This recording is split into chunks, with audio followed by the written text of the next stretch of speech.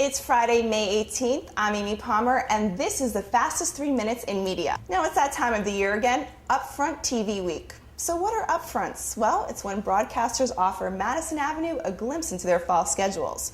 So what is Madison Avenue seeing? Well, they're seeing lots of sci-fi fantasy, that's for sure.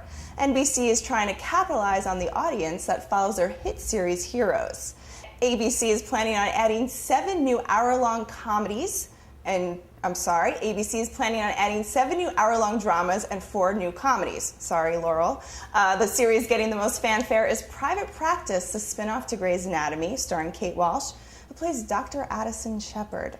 Now, CBS is adding a musical comedy and a show about a high roller on Wall Street who dies in a car accident, ends up in hell, finds out hell is booked, and so he must live in hell on Earth. And finally, Fox is premiering a show called Anchor Woman about a supermodel who becomes a TV anchor in a small Texas town. We love Fox. It looks like the airwaves on satellite radio aren't as free as we once thought. Shock jocks Opie and Anthony were suspended by XM Satellite for lewd comments directed towards Queen Elizabeth, Condoleezza Rice, and Laura Bush. Now, Washington-based XM said in a statement, the management of XM Radio has decided to suspend Opie and Anthony to make it clear that our on-air talent must take seriously the responsibility that creative freedom requires of them. I wonder what Howard has to say about that. Now, Opie and Anthony have said of the incident, we are under the same scrutiny as NPR. It just doesn't make sense. Now, Reuters has been sold to the tune of $17.6 billion. The takeover faces scrutiny from antitrust regulators and unions fearing job cuts. The renamed Thomson Reuters Corp plans to minimize the number of companies providing financial data, news, and trading systems. Reuters journalists expressed deep concerns over whether Reuters would maintain their high standards of journalism and integrity in the wake of the Thomson takeover. Anna Wintour was on Peter Bronstein's hit list.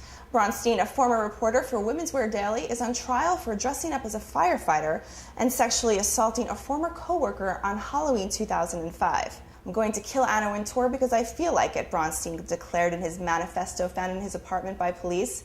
Now, it's alleged that Bronstein was angry at Wintour because he only received 1 ticket to the Vogue Fashion Awards. The prosecution argued that Bronstein's intention to kill Anna Wintour should be allowed into evidence because he wanted to be one of those cultural icons who committed a dramatic crime. It seems Bronstein was studying notorious killers such as David Berkowitz and Andrew Cunanan, the man who killed Gianni Versace. Now, let's talk about plagiarism, guys. Jonathan Lethem, the Brooklyn-based novelist, is fascinated by what he calls the mysteries of authorship, the idea that things arise in culture that don't quite belong to anyone. So in an article in February's Harper, Lethem reveals that just about every line in his piece he stole, warped, and cobbled together from the works of others. So for those of you out there who like to remix their words and pass them off as your own, you're in good company. And that's the fastest 3 minutes in media for the week of May 14th. I'm Amy Palmer. Thanks for tuning in.